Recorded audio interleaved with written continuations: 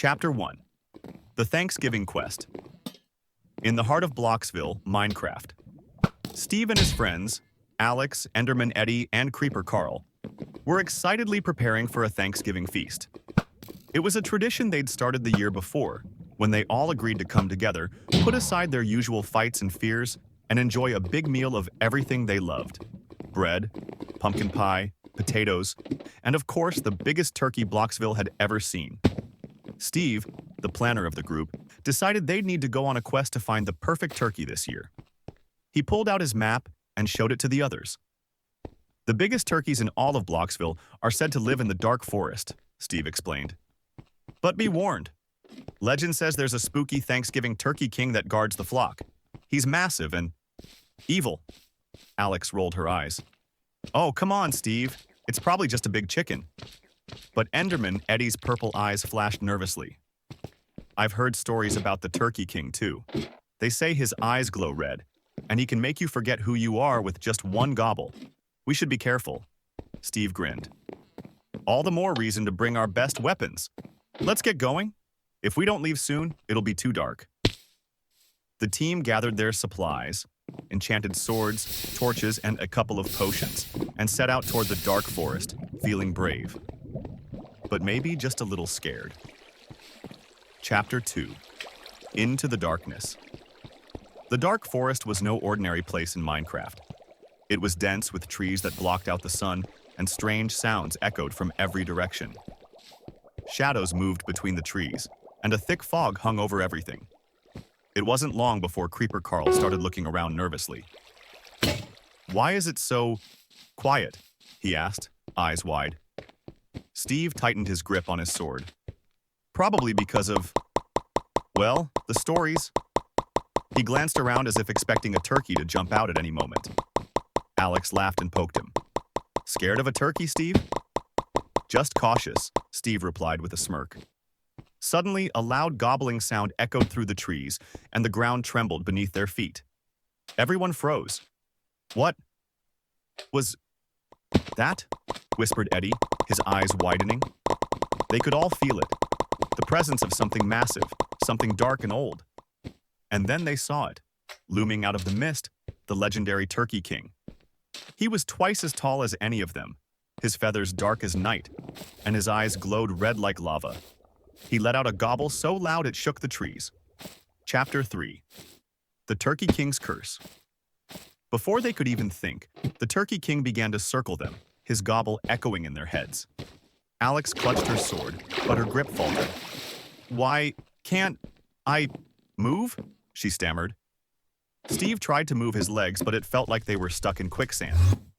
The Turkey King's eyes flashed, and the friends felt an eerie chill in their bones.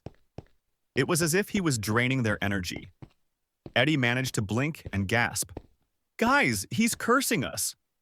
The Turkey King let out another gobble, and they could hear a voice in their heads, deep and haunting.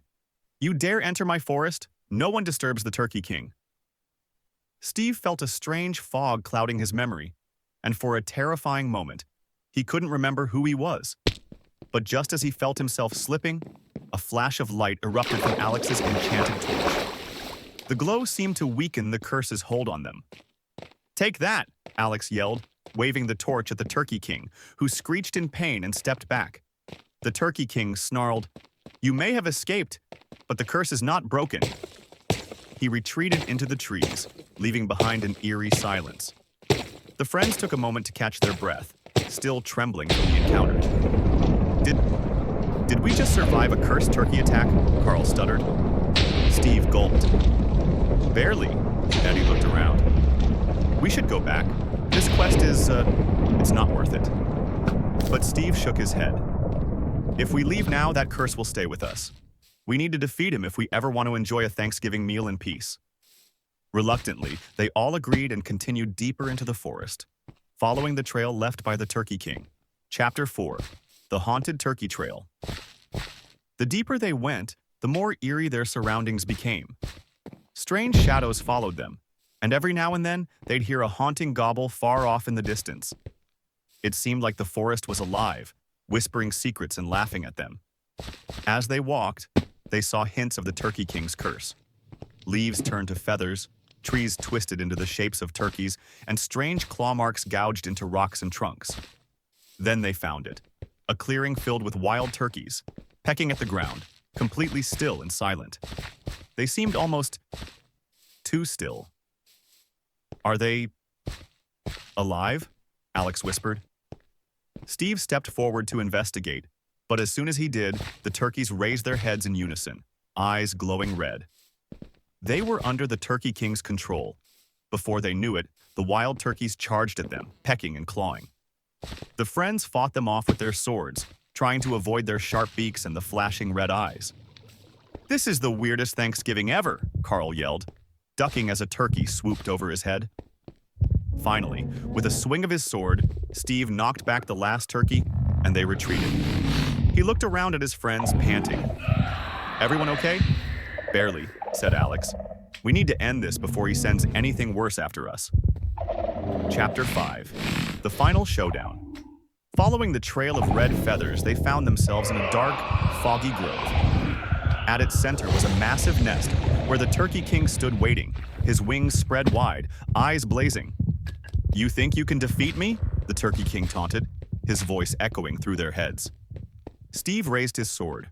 "We're here for Thanksgiving dinner, not to be cursed." The Turkey King laughed, a chilling sound that sent shivers down their spines. He lunged at them, and the final battle began. The friends dodged his powerful attacks, using their potions and enchanted weapons to weaken him bit by bit. But the Turkey King was strong, and every time they hit him, he seemed to grow angrier, gobbling louder and summoning dark shadows to fight alongside him. Eddie used a special teleportation trick to get behind the Turkey King, slashing at his tail feathers, while Carl threw enchanted snowballs to distract him. But just as they thought they had the upper hand, the Turkey King unleashed his ultimate power, a dark mist that spread over the grove, making it impossible to see. "Stay close," Steve shouted, but it was too late. The mist separated them, and suddenly, each friend was alone, hearing only the Turkey King's laughter in their heads. "Steve!" Alex yelled, swinging blindly in the fog.